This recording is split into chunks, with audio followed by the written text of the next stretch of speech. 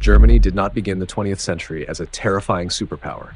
In fact, after losing World War I, Germany was broken, bankrupt, and humiliated.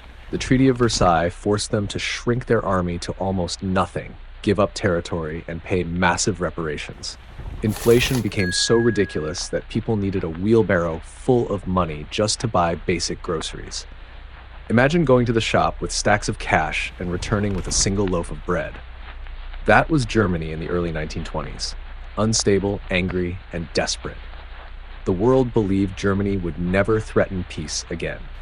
But out of this chaos emerged Adolf Hitler, a man who promised to restore German pride. Angry citizens, desperate for hope, supported him. Once Hitler became leader, he immediately began rebuilding Germany's military in secret. Germany was not allowed to have tanks, planes, submarines, or a large army, but Hitler built all of them anyway.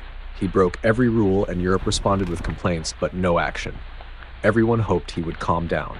Spoiler, he did not. Hitler's first bold move came in 1936, when he sent troops into the Rhineland, a region Germany had lost after World War I.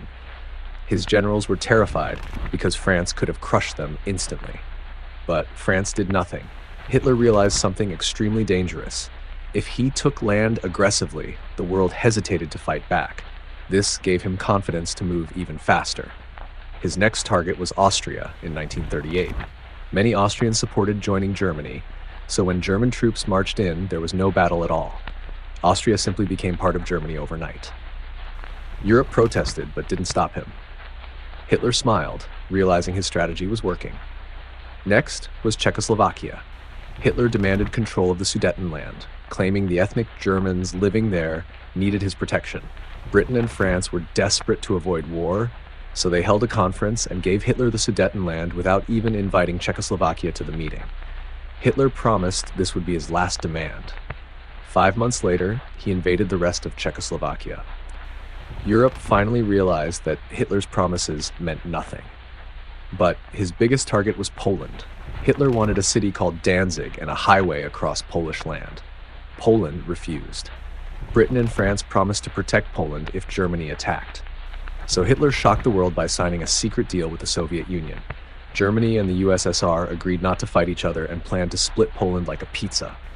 On September 1st, 1939, Germany invaded Poland using Blitzkrieg, fast, coordinated attacks with tanks, aircraft, and motorized infantry. Poland fell in weeks. Britain and France declared war. World War II had officially begun. But after declaring war, Britain and France didn't attack. They sat behind their defensive lines for 8 months during what historians call the phony war. Hitler didn't waste the time. In April 1940, Germany invaded Denmark and took it in 6 hours. Norway took longer, but still fell quickly. Now Germany controlled the north and secured critical resources for the war. Hitler then turned his attention to France, the most powerful military in Europe. France built the Maginot Line, a giant series of fortifications along the German border. But France assumed no army could go through the dense Ardennes forest in Belgium. Hitler proved them wrong. German tanks smashed through the forest, bypassed the Maginot Line, and cut Allied forces in half.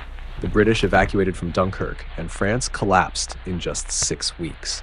Hitler stood proudly in Paris, taking photos like a tourist. Western Europe had fallen at record speed. Germany also crushed Belgium, the Netherlands, and Luxembourg in days. Blitzkrieg made old-fashioned armies useless. Suddenly, Hitler controlled almost all of Western Europe. Only Britain remained. Hitler launched a massive air assault known as the Battle of Britain, hoping to bomb Britain into surrender. But the Royal Air Force fought fiercely and defended the skies. Without air superiority, Germany could not invade. Hitler grew frustrated and turned his attention to an even bigger target, the Soviet Union.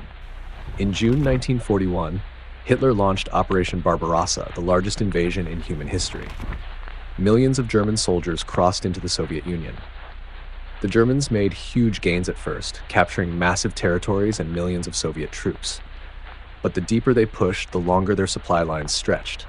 Then winter arrived, freezing tanks, jamming guns, and killing soldiers who lacked proper gear. The advance stalled outside Moscow. The Soviets counterattacked, and Germany suffered its first major failure. The Blitzkrieg machine had finally broken. From that moment, Germany's empire began to collapse. The Soviets pushed west. The United States entered the war after Pearl Harbor, giving the Allies overwhelming industrial power. Germany was now fighting the British, the Soviets, the Americans, and many others all at once. Its factories were bombed day and night. Its fuel supply dried up. Its armies were stretched thin across thousands of miles. Hitler refused to retreat or rethink his strategy, which led to disaster after disaster. By 1943, Germany was losing on all fronts. In the east, the Soviets crushed Germany at Stalingrad and later at Kursk, the largest tank battle in history. In the west, the Allies invaded Africa, then Italy, then France on D-Day. Germany had no chance to recover. By 1945, the once unstoppable Nazi war machine was collapsing. Cities were destroyed, soldiers were exhausted, Allied armies approached Berlin from both sides. Hitler retreated to a bunker and died as the Soviet army closed in. Berlin fell, and Germany surrendered shortly after. The German Empire Hitler built so quickly, through speed, surprise, and intimidation, fell just as quickly once the world united against it. And that is how Germany conquered Europe in record time. Not because it was invincible, but because the world underestimated Hitler's speed, ambition, and willingness to break every rule. His victories happened because others hesitated. His downfall happened because he pushed too far, fought too many enemies, and ignored every warning. A lightning-fast rise, followed by a devastating fall, written across the map of Europe.